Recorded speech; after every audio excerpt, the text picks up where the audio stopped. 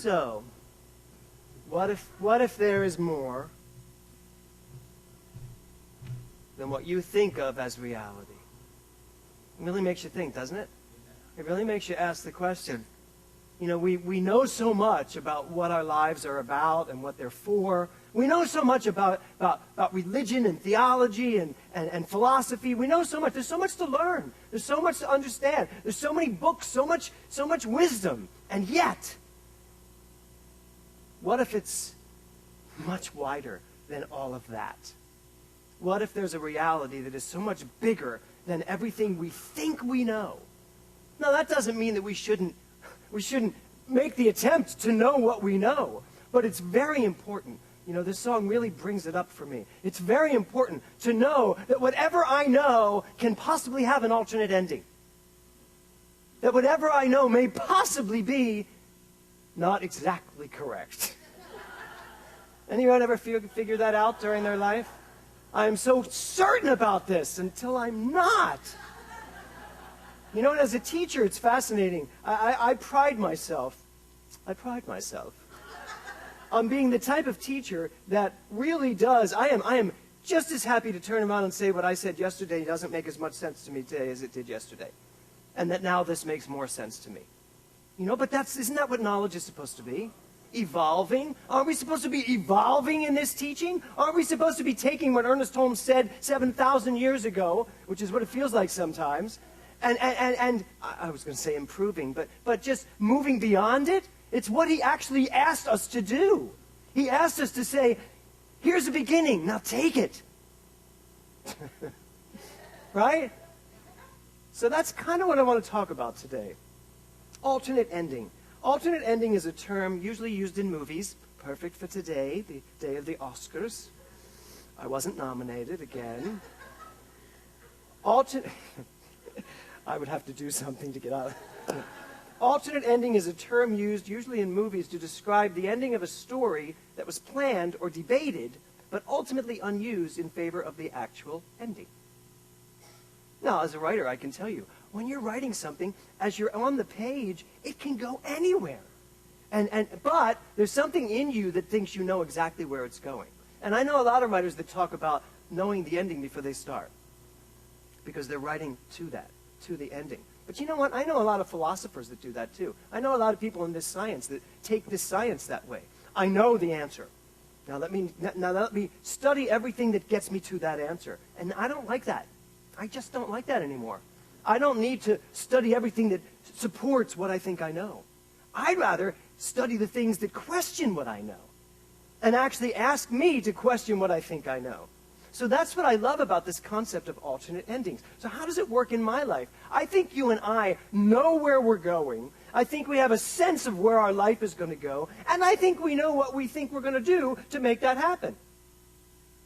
And I think God's having a huge laugh over all of it. Right? You know that joke? How do you make God laugh? Make plans?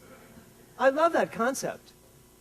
So I'm actually asking you today to use this time that we're spending together to just break open your mind and to get past all these things you think you know. Even about yourself. I love that line. You know, how about if you think reality isn't exactly what it is? Because as Barbara Altman said, it really is true. Do I or do I not believe that God is always, always moving my life in the perfect direction? If I do believe that, then there can be nothing I should ever worry about. There should be nothing I should ever be fearful about or worried about.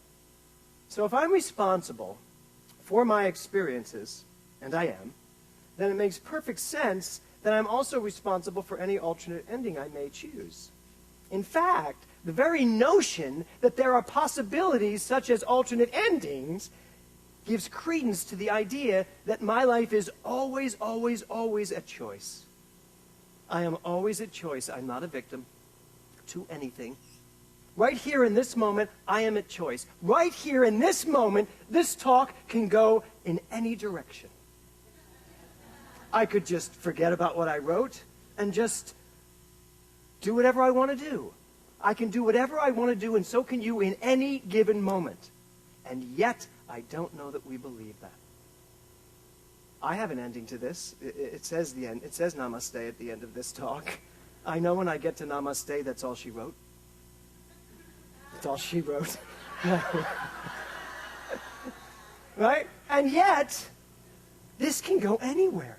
And it does. One of the things I love about getting up on a Sunday morning is to see what Spirit decides to say, what Spirit decides to let me actually say, to actually let out things that I never had any inclination of saying to you. But if I didn't do that, if I just decided, okay, this is what's going to happen and this is how it happens, how boring would that be? And yet, I think we do that with our lives. And how boring sometimes my life feels when I am living exactly what I thought I was going to do it, the exact way I thought I was going to do it. Kevin's laughing because he knows I never do that. But sometimes I do get caught up in it. And do you ever get caught up in your life of rote? And this is what I eat when I wake up, and this is what I do at lunch, and this is the nap I take, if only. This is the class I teach on this night. Well, today we could actually ask ourselves a question. What about doing something else? What about doing something else? Ernest Holmes says there's a power for good in the universe, and I can use it. There's a power for good in the universe, and you can use it. But the question is, how am I going to use it? How am I going to use it? I am a choice in every moment.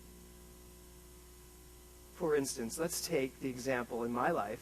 Last week, I was in the Caribbean, and I was on a catamaran, beautifully laying on a catamaran. I was beautifully laying on a catamaran. The catamaran was beautiful, and I was laying on it. And with about 50 other guys, and I was kind of drifting in and out of being awake and being asleep, and we were just coming out of St. Thomas, and we were on the right off the shore of St. John. And it was just glorious, and I was just thinking, oh my God, if there's any proof that we are all part of one thing, this moment is it. And then a guy comes by, and he hands me my snorkeling gear. I guess no one had gotten to him to tell him he could avoid me. And he handed me the snorkeling gear, and I was so like in between being awake and asleep that I went, oh, thank you. And I took it, and I was like, oh, wow. So I'm a choice here. Now, the thing was, I knew the ending to that story. I knew how it would go if I put the fins on. I knew how it would go if I jumped in the water. I knew all of that, but I wanted to know something different. And even though I said to myself, all week, there is just no way. In fact, I almost didn't go on the catamaran. Because I said, is the purpose of the catamaran to go snorkeling?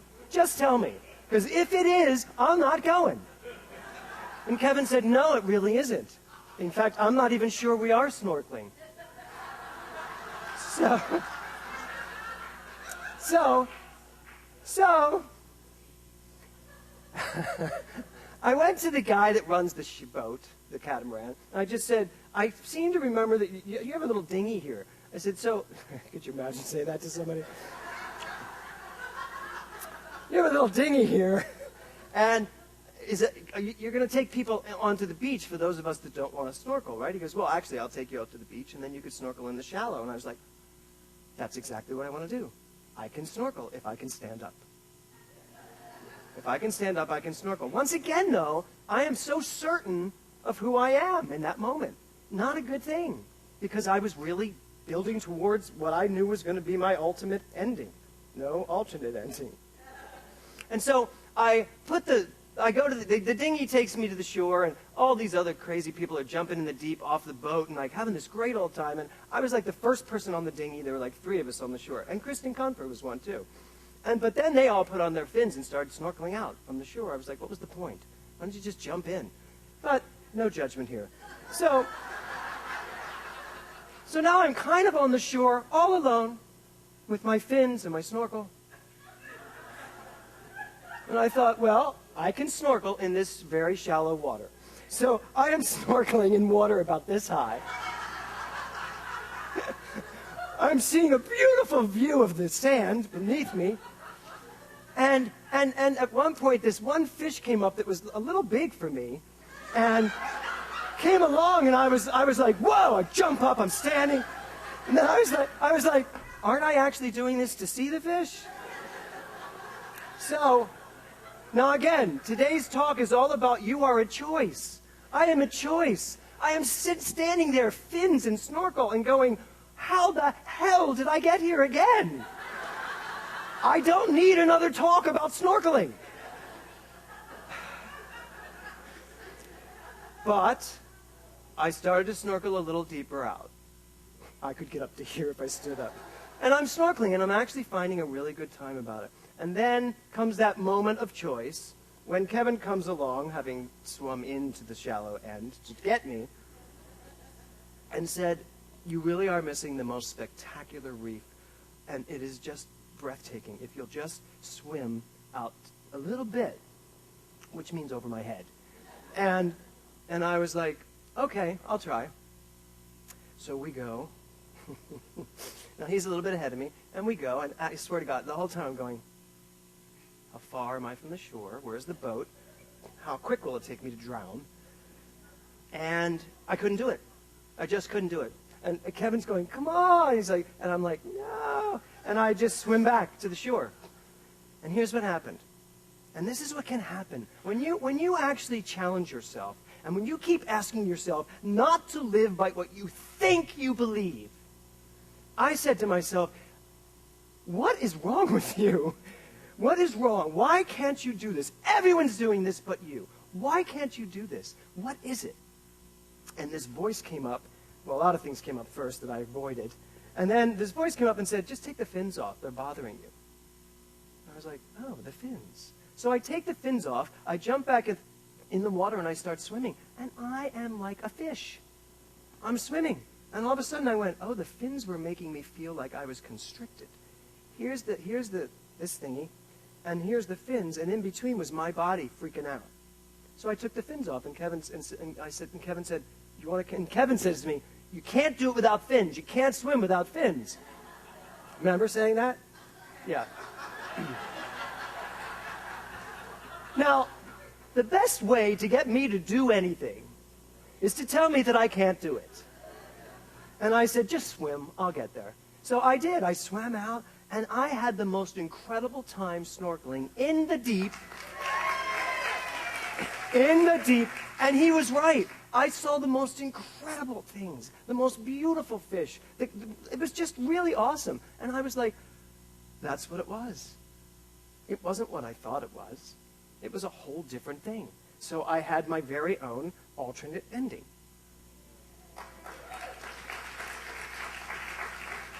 And now I know I can snorkel anytime I want, deep or shallow. Just don't put those fins on my feet. So, my question to you is, where in your life are you wearing fins? You benefit from my horrible experiences. Where in your life is there something going on that doesn't need to go on? You've just bought into it because you believe that's the way it's supposed to be done. Snorkeling includes fins and a mask and a snorkeling thing. So where in your life could you perhaps look at your life and say, why don't I try an alternate ending here? Why don't I try a different way? Why don't I try a different path? The title of my talk today is Living Life to the Fullest. And in 8 years of being at NoHo, I've never really discussed this vision statement, living life to the fullest. You know, I think it took me all 8 years that we've been in existence to actually understand it as deeply as I understand it now. Because, like Barbara said, fullest, for me, really means the choices I make. All the different choices I make in every situation that allows Spirit to take me on its journey. So fullest isn't filling my life up, filling my time up with so much stuff, as Barbara talked about, but it's, am I open to all the different choices there are to make in any given situation? Am I full that way? Am I open to allowing Spirit take me on a journey a different way than I expected to? Bless you. That, to me, is living life to the fullest. And fullest is filled with so many emotions and so many feelings. You know, we need to move past the idea that being sad is something that needs to be fixed. We need to move past the idea that being angry is something that needs to be fixed. We need to move past the idea that being disappointed is something that needs to be fixed, because all of these things are merely feelings and emotions that fill up part of living life to the fullest. We do not need fixing. Everything that comes along because Spirit is wanting to show us something in some way. So if I am sad, rather than spend my energy trying to not be sad, why don't I just ask myself, what am I sad about? What is this for? Why is it here? If I'm disappointed because something didn't work out the way I thought I wanted it to work out, rather than trying to change that, why don't I just ask myself, okay, so why is it here? What is it that I need to know in this situation? And stop being a generation of people that needs to be fixed, and start being a generation of people that understands that every single emotion, feeling, occurrence in my life is part of my spiritual growth, because I do or I do not believe that God is always moving me towards my highest good. And that means if something comes along that seems like it's not my highest good, it's still part of it.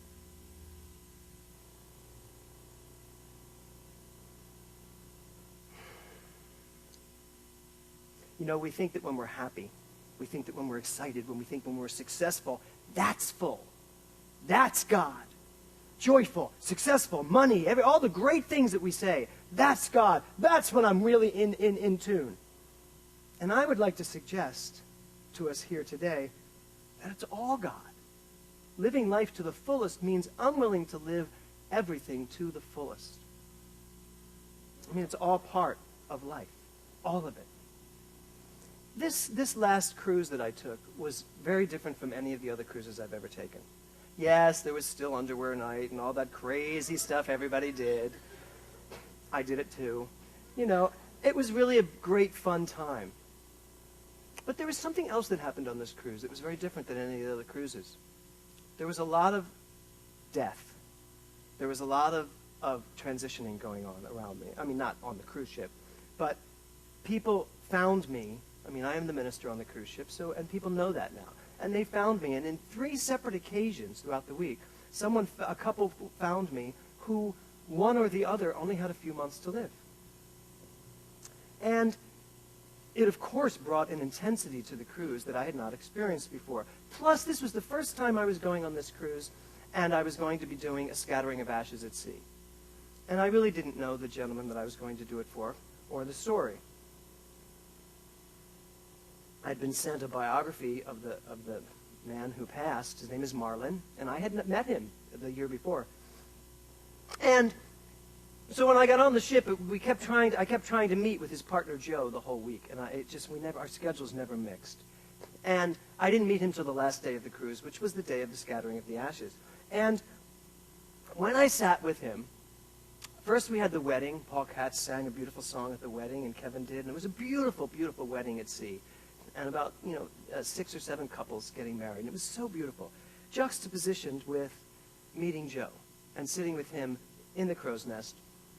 And I just asked him, I said, so why don't you just talk to me about what you're feeling?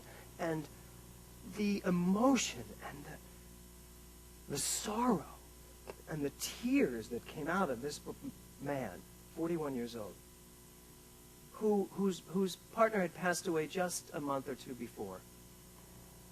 And they had planned on coming on this trip. And so he was there with about 20 of their friends. And as I sat there, surrounded by the Caribbean Sea, and this glorious day, and this man sitting in front of me, just cracking wide open,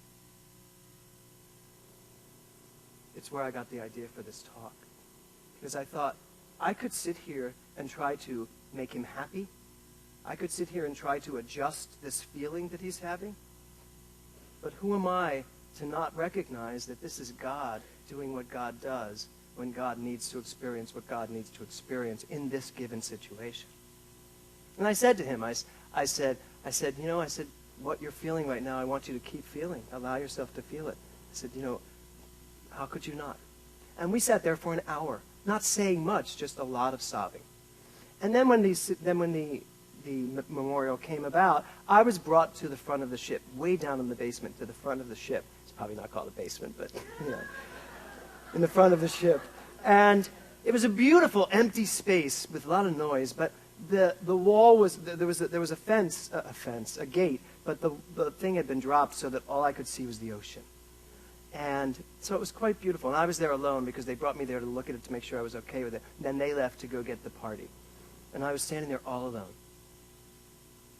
And I had such a beautiful moment of understanding that God has placed me in this moment in the most perfect spot, in the most perfect job, with the most wonderful thing to do. I'd never done it before. I had never done anything like this before. And I didn't know how I was going to do it. So it was just God's job to do it through me. And they came in, and we had our readings, and we did the things we needed to do. And when it came time to scatter the ashes, I had asked Joe, I said, would it be okay with you if all of your friends would get a handful, and all of them would throw some out? And he said, yes. So I just assumed that when that was done, there wouldn't be that much left. I was wrong. So they all threw, and it was beautiful. And when it came time for Joe, he asked me to help him, because he needed help physically to do this. And so we went up to the gate, and I started pouring into his hands. And he started to release his Anamkara into the ocean, the sea. And it was breathtaking watching this happen. And it took 4 or 5 or 6, and then finally I had to take the bag and empty it out in his hands. And his hands were just filled with ashes. And there was a lot of emotion and a lot of sobbing and a lot of crying. But I somehow wasn't in that mode. I was in a celebratory, what a blessed thing this is. And he turned to me and he said, what should I do with this? What was left on his hands? And I said, you know what? Nothing. Just, it'll go away eventually during the day. He said, and he started to laugh. He said, oh, I'm going to leave marlin all over the ship as I walk along the ship. And I said, what better idea than that? That's a great idea. And then I looked down, and I had apparently taken my hand and wiped it on my black pants. And I had this this handprint of ashes. And he said, oh, let me get, I said, no, I'm going to leave that there too. Just let it do what it does. And it was a beautiful, beautiful, beautiful, beautiful service. Living life to the fullest means to lean into as many alternate endings as you are willing to experience, and not have to know what the ending is when you begin. I didn't have any fear to step into that. Somebody during the week said, I can't believe you have to end your week doing a memorial service. What a horrible thing. And I was like, I don't look at it that way. But that seems like a logical conclusion. Why would you want to end your week that way? No. So each one of us sits here today, stands here today, with possible things in our lives that we have already made conclusions about. We've already made decisions about. We've already made judgments about. And yet right now, you could wipe it all away. You could just wipe it all away. And just like Joe, just take all the ashes of your life and just heave them into the wind. And allow Spirit to take them and do what they want with them. You still have some left. Your life is still there, right there, vibrant. And start over. Have a new opportunity to see things a different way. To allow for alternate endings. But it means we have to be fearless. We have to be courageous. A lot of us aren't willing to know that we don't know. A lot of us are afraid to walk through life saying, I don't know how this is going to end, but I'm willing to entertain all forms of endings. I'm willing to entertain all of it as a possibility. Fearless, courageous. We're in this teaching because we actually believe in the principle that there is a power for good in the universe, and I can use it. The power for good in the universe doesn't mean that I use it to create exactly what I think I want. It means to use it in such a way that it uses me. And if I'm willing to let the power of the universe use me, then I am going to be on a journey that will kick the fins off of anything and allow me to just jump into the deep end of every situation and find exactly what I need and find exactly what I may not even have known was there for me to have. Living life to the fullest. That's what it's all about. The entertainment of the alternate endings of the universe, all being possible for me. The only thing we have left to do after that is have at it. Namaste.